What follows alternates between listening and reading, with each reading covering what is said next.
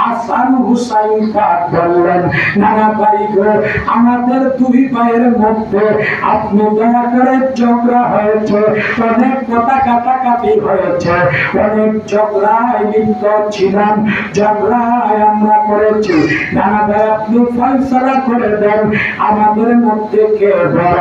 আমার নবী একটা ডাক মেরে বলল, ও ভাই হাসান, আমি তখন সিদ্ধান্ত দিতে পারবো, আমি নবী তখন বলতে পারবো, আপনি কালেমা শরীফটা পুরা পড়ুন।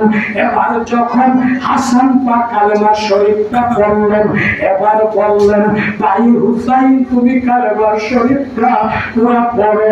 হুসাইন পাক যখন এবার কালেমা শরীফটা পুরা পড়ল, রাসূল পাক একটা ডাক মেরে বলল, আরে ভাই নাতে হুসাইন, আরে ভাই হাসান রে, খোদার কসম আমি নানা ভাইয়ের যেন হাসানের কণ্ঠ হুসাইনের কণ্ঠ বোঝা যাচ্ছে।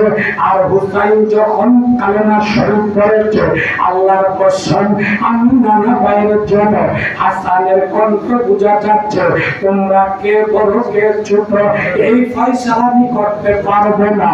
হুসাইন করল্লে গাজের নাতি এবার একটা ডাক মেরে বলল, না এই কথা মানবো না, এই ফয়সালা মানবো না, আজকে সঠিক ফয়সালা করে দিতে হবে।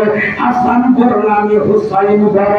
নবী মুস্তাফা একটা ডাক করে বলল, আর তাবাসসুম একটা মুস্কি হাসি মেরে বলল, ও ভাই হাসান, আমি খাতা কলম দিলাম, তুমি এই পাশে চলে যাও, অন্যদিকে তোমার মুখকে ফিরাইয়া অন্যদিকে তুমি তাকাইয়া কালেমা শরীফটা কাগজের মধ্যে কলম দ্বারা লেখানো। হযরতে হুসাইনকে বললেন, ও ছোট নানা ভাই, তোমাকে আমি হুকুম দিলাম, এই কলমটা দিলাম, কাগজটা দিলাম, তুমি অন্যদিকে মুখ ফিরালা, পুরা কালেমা শরীফটা লিখে আনো।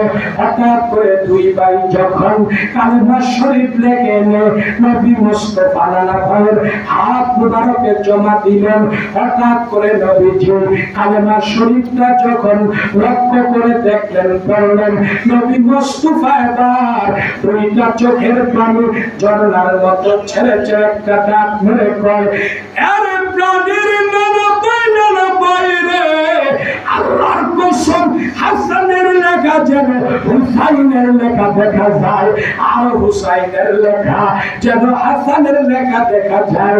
একটা জবর, একটা জের, একটা নক্তা, একটা পেশ পর্যন্ত বিন্দু মাত্র পেশ কন্যায়।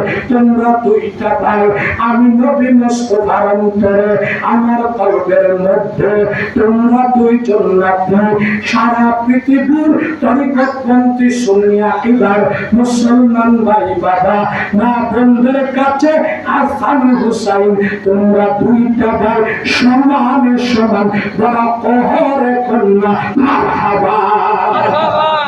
আরেকটু বড় করে বলেন না, আল্লাহু আকবার।